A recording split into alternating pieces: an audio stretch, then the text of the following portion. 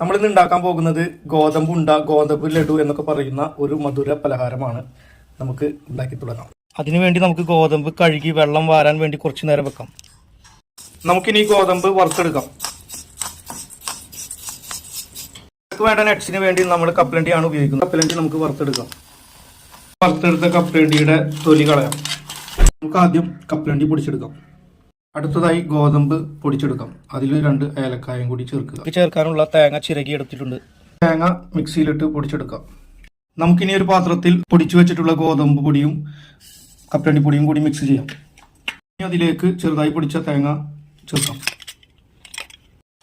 ഇനി അതിലേക്ക് വേണ്ടി ശർക്കര നമ്മൾ ഒരുക്കി വെച്ചിട്ടുണ്ട്, അത് ഇതിലേക്ക് ചേർക്കാം.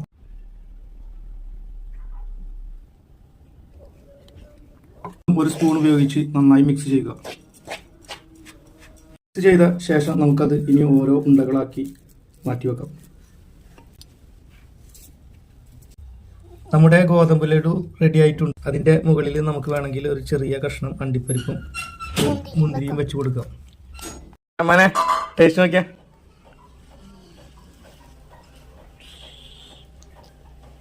Super taste. അടിപൊളി. വേറെ നാളെ വരാം. Bye by.